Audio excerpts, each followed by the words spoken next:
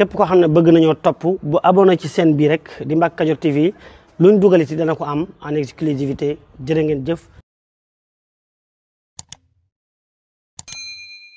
la sant di la gërëm ndax dalal gi ñu dalal fii ñun nag ay ndaw lañ di jiite kuréel bi nga xam ne moo di RTS ci télé bi fas yéene tamit lépp loo xam ne sa yitte la ñu xar si suñ tànk tubéy ba def ko ni nga ko bëggee ak ñi nga ko sant comme ñi ngi dëgmal li nga xam ne moo di bés bu sell woowu di màggalu Tuuba ñu ci seq waxtaan ak ñi nga xam ne ñoom nga ko dénk wax nañ ñoom niñ ko bëggee te incha allah ni nga ko bëggee noonu lañ ko fas yéene doxale lépp loola ñu ci sant ak tamit lépp loola ñu bëgg ñu def ko RTS dina ko doxale ni ngeen ko bëggee waaw lii nag nekk tamit te mébét mu am solo lool mooy wàllu université bi waaw gis nañ fi mu nekk nii bëgg-bëgg bi ngi ci am ak tamit coono biñ ci daj pour université bi mën a am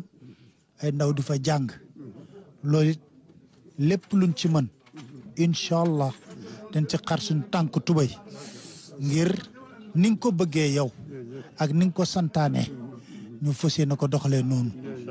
incha allah bëgg soxla tamit sàkku sa ñaan ndaxte réew mi daanaka doo fi ñaar kenn nga fi ndax fi mu nekk nii réewum Sénégal bu amee dal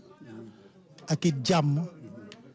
kenn mënut a fàtte wala di umpale mbir taxawaay bu mucc ayib bi nga ci def ci baatin ak ci zaahir kon ñu ngi lay sant di la gërëm bu baax a baax a baax a baax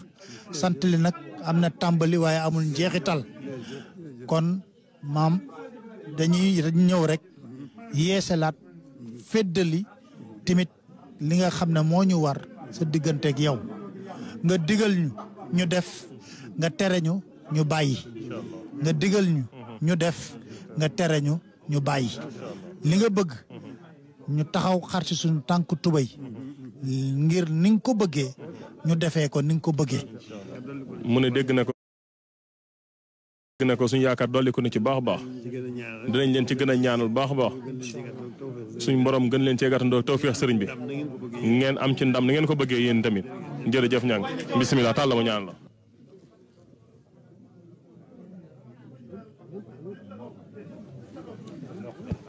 asalaamaaleykum mbokk yi yéen ñi nga xam ne yéen a baaxoo ànd ak seen bii di